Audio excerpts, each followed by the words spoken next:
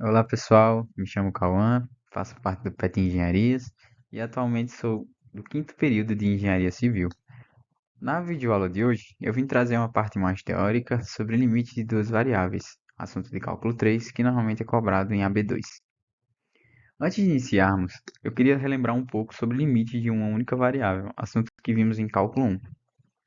Em uma única variável, nós trabalhamos com y dependendo diretamente de um x, ou seja, o x é a função independente e o y é a função variável. Sendo assim, o y varia de acordo com o valor de x e a lei de sua função.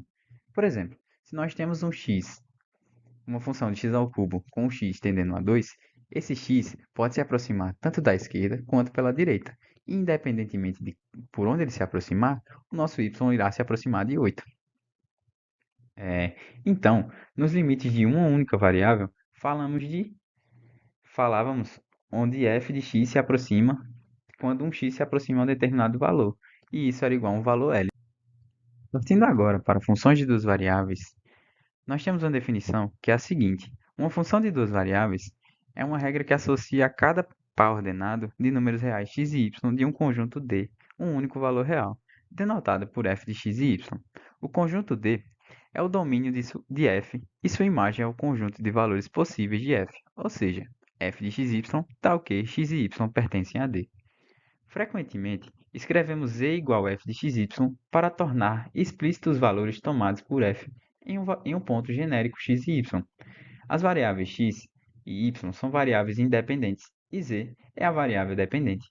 Uma função de duas variáveis é simplesmente aquela cujo domínio é um subconjunto de R2 e cuja imagem é o subconjunto de R. Uma maneira de visualizar essa função é pelo diagrama de setas, no qual o domínio D é representado por um subconjunto do plano x e y e a imagem é o conjunto de números na reta real, mostrado por um eixo z. Por exemplo, se f de xy representa a temperatura em um ponto x e y em uma placa de metal chata com o formato de D, podemos pensar que o eixo z é um termômetro exibindo as temperaturas registradas.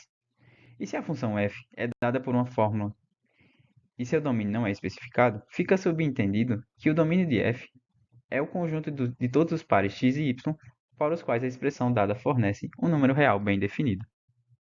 Outra forma de visualizar o comportamento de uma função de duas variáveis é considerando seu gráfico. Se f é uma função de duas variáveis com domínio D, então o gráfico de f é o conjunto de todos os pontos x, y e z em R3, tal que z é igual a f de xy e xy pertence a D. Assim, como o gráfico de uma função f de uma única variável é uma curva C com a equação y igual a f de x, o gráfico de uma função f com duas variáveis é uma superfície S com a equação de z igual a f de xy. Podemos visualizar o gráfico de S como estando diretamente acima ou embaixo de seu domínio D no plano XY. Agora sim, trazendo a definição de limite de duas variáveis, nós temos o seguinte: seja f uma função de duas variáveis cujo domínio D contém pontos arbitrariamente próximos de AB, dizemos que o limite de f de xy quando x e y tendem a AB é L e escrevemos da seguinte maneira: limite de f de xy com o x e o y tendendo a AB igual a L.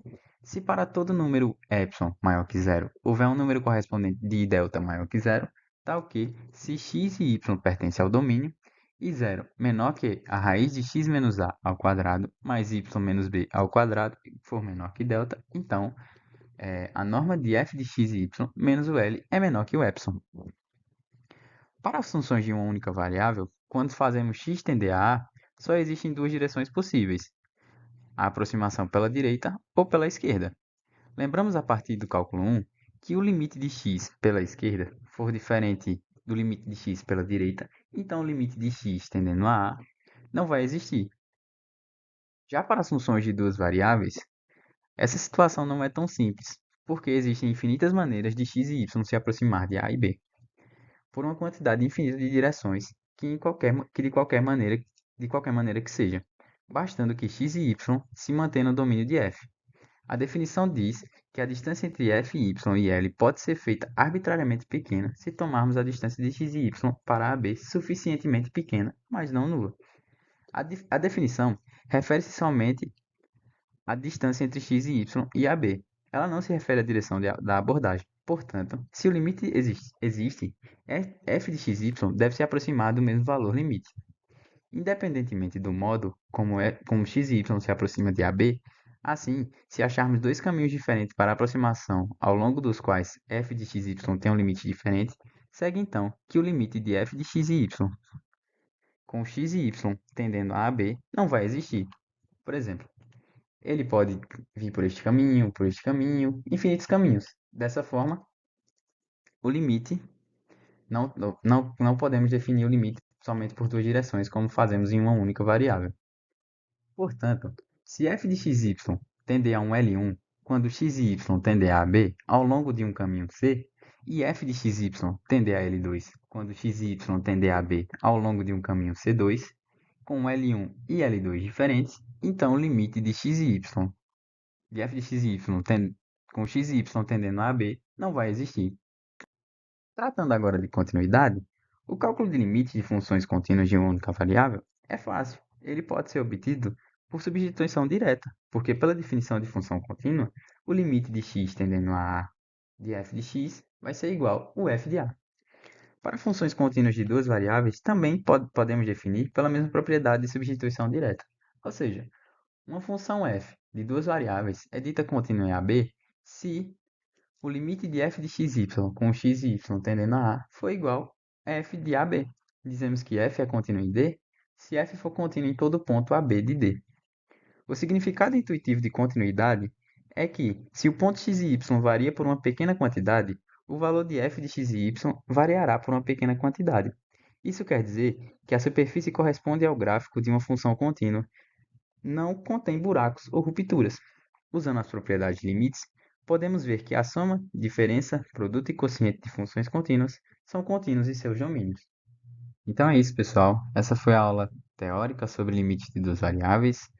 Agradeço a atenção de todos, agradeço a todos que assistiram até aqui. E na próxima aula trarei exercícios para ajudar na fixação do conteúdo. Então, obrigado pela atenção e até a próxima.